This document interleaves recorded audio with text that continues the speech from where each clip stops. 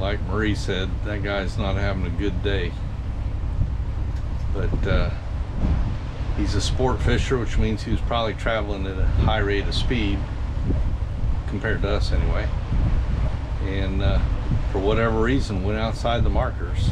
That's not the first time I've seen boats try to cut that corner, and you can't. It is shallow there. You've got to stay in the channel. This is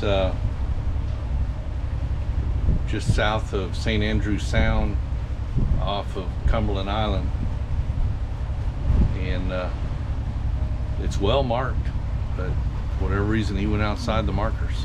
I can see what marker that is. It's a red marker 62 in that vicinity. Red marker, yeah, 60 to 62, just off of Cumberland Island, south of St. Andrews Sound.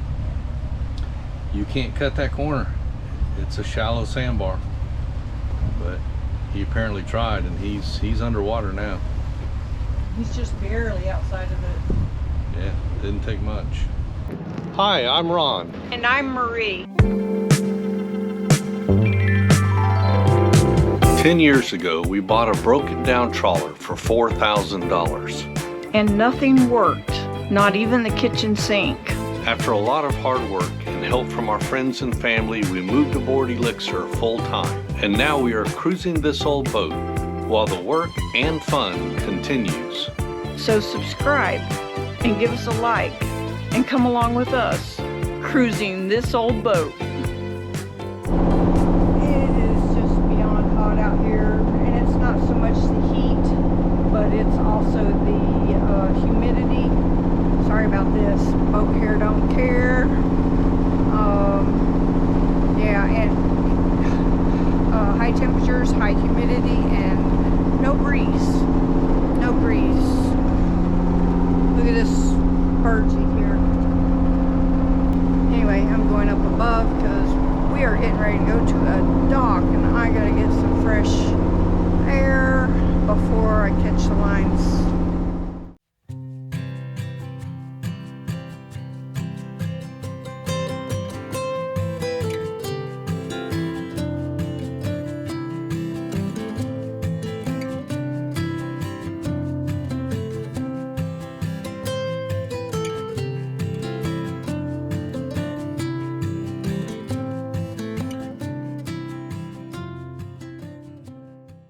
So we arrived in St. Simon's, and just as we got to the dock,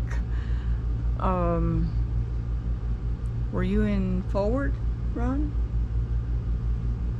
I was trying to go to reverse. So you went through neutral, and then it wouldn't go back out of Neutral. It wouldn't go back out of neutral. So luckily we already had a line over, and the boaters that are docked right next to us came out and helped and grabbed some lines, and Richard and Nancy, and they grabbed the lines and brought our boat over to the dock, which was awesome, and we really appreciated it. And now we got to figure out a whole nother problem. We don't know what's going on with it. It's just been one thing after another beating us down, but we're trying to crawl back to the top eventually here. Right? Yep. You worn out? Yep. I put you on the spot? Yep. Love you anyway.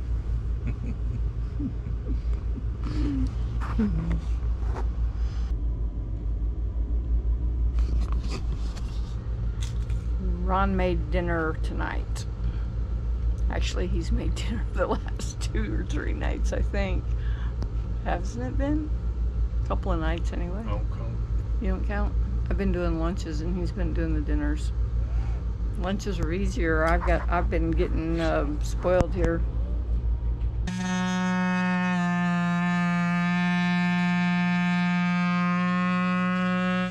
can't see me, so he doesn't know that I'm filming him. He's working on taking the glass out. When we first got the boat, and of course we had a whole lot of leaks, just about any old boat does, I guess,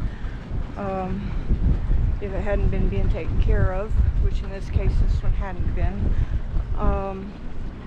Somebody told me about Creepy Crack Cure, I think that's what it's called, and I bought a bottle of it and I tried it and I really liked it, so I bought a case of 12, and then I used about 6 bottles of it, I think.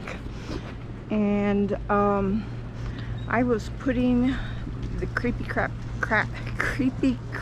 Cure in just about every place that I can imagine that would get leaks, and like this, in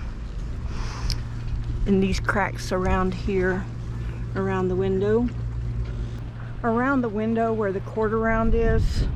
It's really windy. I'm gonna go inside and finish telling you this story. Okay, the wind feels good out there, but I don't know how well they can hear me, so I'm coming in here to finish my story. Okay. Bye. We're shy talking to the camera when each other's around. So we talk to the camera most of the time when the other one's not around. Y'all probably already figured that out. But anyway, back to my story. Let's see, where was I? So I put the it's a very thin liquid that just finds all the, oh shoot, I forgot to show you something out there. Got to go back out. You know what? The liquid has probably sealed it from down here. I think you're gonna have to take this whole thing with you and let them take the glass out. I need to sand it. Well, you can still do that. You want to sand it before they put the glass in? That'd be my preference. You need to take the hinges off too then. Yeah, but I think you're gonna have to take it to them and let them take it out, because I put that Creepy Crack Cure in there and it seeped all around, and it's sealed just like this right here. I'm sure it's sealed on the other side as well. So you go to try to pull that glass out.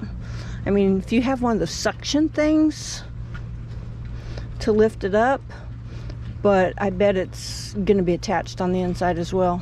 That might be problematic because there's nothing to take off on the underside. No, but when they're there, they can break it out and clean it out. As long as they don't break the wood too. Well, that's true. That's irreplaceable. Break the wood, you buy a new hatch. Alright, so you need to take an X-Acto knife and cut along here like that, like you would take a muffin out of a pan. Try this. I just hadn't gotten there yet. Still doing the trim. Hadn't even looked at it yet. Yeah. Looks like there was some kind of rubber seal in there. Yeah.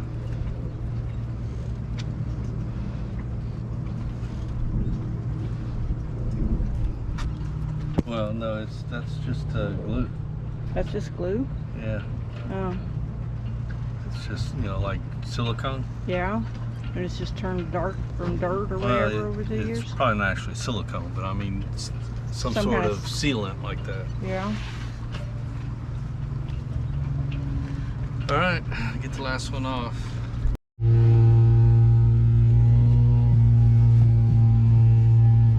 So anyway, back to my story. If I can get where he's not making so much noise. Let's see if I can go find some place that's quieter. It's really hot outside. We have the ACs running. I don't know if that's... this bed's too high for me.